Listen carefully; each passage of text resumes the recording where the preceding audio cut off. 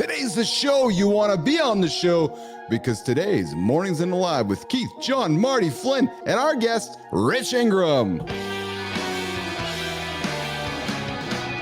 Texting a different opener that was supposed to be part of the show today, but it didn't work. So that's what you get as part of watching a live show. That's what happens when we build the airplanes we're flying, brother. That's right. Today ain't happening 2 days in a row, baby. Our purpose, help you guys hit your big audacious goals. Our purpose, help you be accountable to the biggest things you're working on. Today, a couple folks have decided that in order to lose weight, that they're going to train naked in the Sao Paulo gym, and they like working out naked. So they train during reserved time at the gym to ensure privacy. You can't unring that bell. Daniel Hall is exposing all the fakery out there on social media, exposing all the fakers on LinkedIn. Daniel Hall is a must follow. More importantly, guys, the guy gets out of bed with 7 foster children. Like, you want to talk about love and kindness? Regardless of the fakery stuff, this dude is a superhero. How in the hell did that come to play? The person with the tripod needs to be dancing for around the people that are working. But somehow, if you're filming something, all of a sudden now you got the right of way. If you're a winner, you're going to keep going, no matter what. If you need to be inspired, you join this show every single day, 8 o'clock Eastern time, because this show is led by a bunch of winners, and we keep going no matter what. I really don't think these two guys have sat down and really understood some of the shit that you've done with Leadville one and some of the shit that you're going to do with the Canyons race you got coming up here in a few months. It has maybe 17,000 feet of climbing, which sounds like a lot. I know it sounds like a lot of climbing, but when you're talking about 100, it is not really that much. It's not that technical. When you look at the guys that are way better than me, they come out and, like in European races and a lot of other races, you might have 30,000 feet of climbing in 100 miles on technical trail. You see all these milestones, it's just really gorgeous. But what you have to do in these races, this year, I went out 2.5 weeks earlier to acclimatize because especially I just moved to Austin, Texas, which isn't high elevation either. Chaos always beats success depending on how we choose to wield it. There's a certain point where your world changes. Your brain has dumped enough positive chemistry. It's a place you want to stay. Once you get past marathon level, you're at a master's level of running. And so it's not just about your running specifically, but now you've introduced weight, strength training into your regimen. Once you get to the ultra world, it's about time on your feet.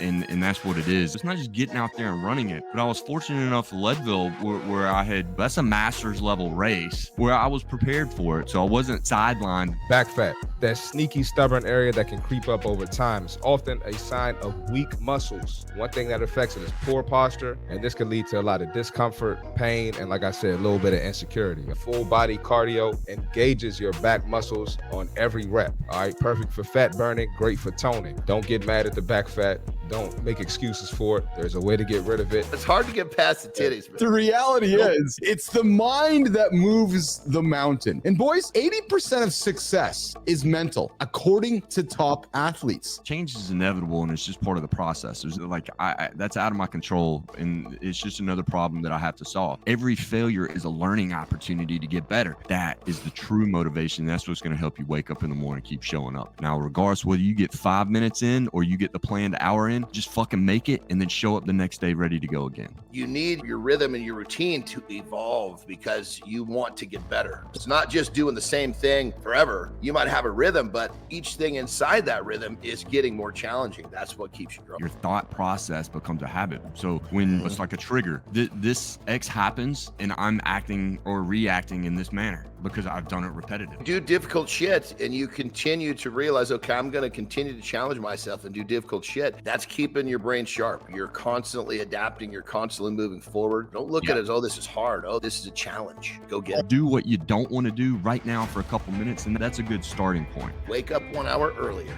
And you still have your time in the evening if you want to waste a little, but now you've captured 1 hour in the morning for highly productive time so you can do what you want. I'm going to think about all the shit in my life that I'm so lucky to have.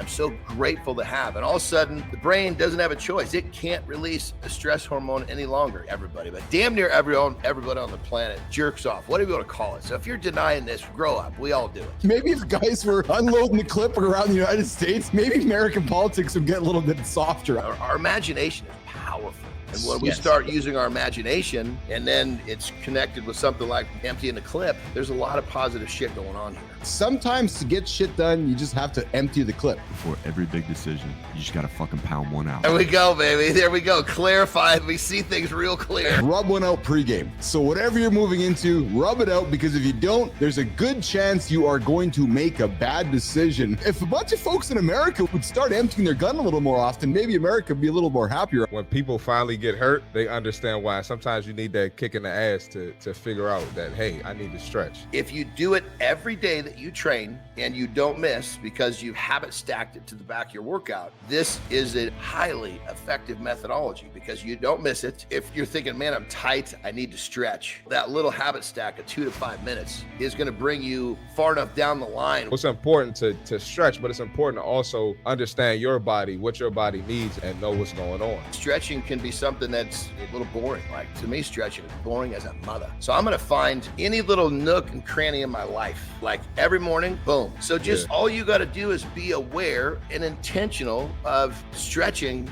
within your current activities, and this whole thing starts to take care of itself. Stiffness that creates pain, that's an alarm.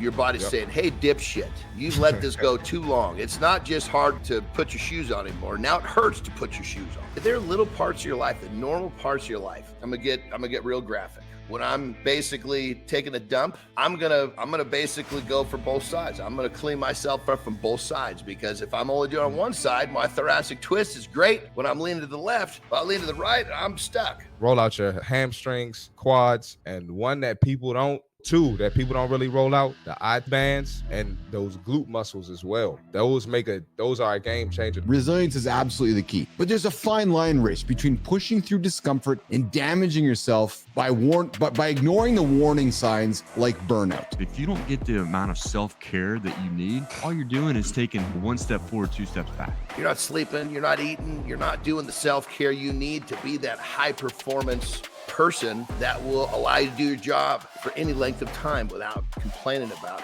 burning out. If you're listening and you don't prioritize your rest and your sleep, I'll give you something right here. There was a time in my life I didn't prioritize it, and I burned out, and I ended up falling asleep while driving and got in a really bad accident. I'm fortunate to be here. You actually have to teach somebody about slowing down. Goals are literally just div points that you're checking in on your journey to wherever it is you're going, because the journey never stops. You have to embrace the pain and know that it transforms you. I love the pain, the tightness of the muscles, and the growth. On the plane, my heart stopped beating for 45 seconds before it jolted back to life. I took it as a wake-up call. The only show to help you guys get your day started, be accountable, and reach your big, hairy, audacious goals.